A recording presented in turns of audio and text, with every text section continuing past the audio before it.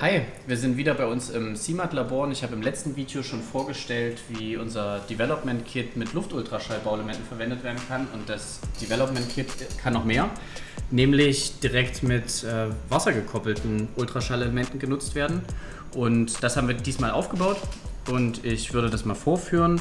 Wir haben jetzt die Probe einfach ins Wasser gestellt und können die gesendeten Ultraschallwellen wieder empfangen. Das sieht man auch hier auf dem Bildschirm.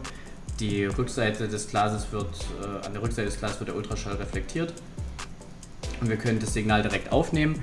Diese Probe nutzen wir für ganz verschiedene Anwendungen: Ultraschall senden und empfangen, einfache Abstandsmessung, wir verwenden sie als Hydrophonenersatz oder auch um Ultraschallspektroskopie zu machen. Ob möglicherweise dieses System auch für Sie sinnvoll ist, können wir gerne mal klären, indem Sie einfach anfragen, und dann schauen wir, ob in Ihrem Messsystem sowas Anwendung finden kann.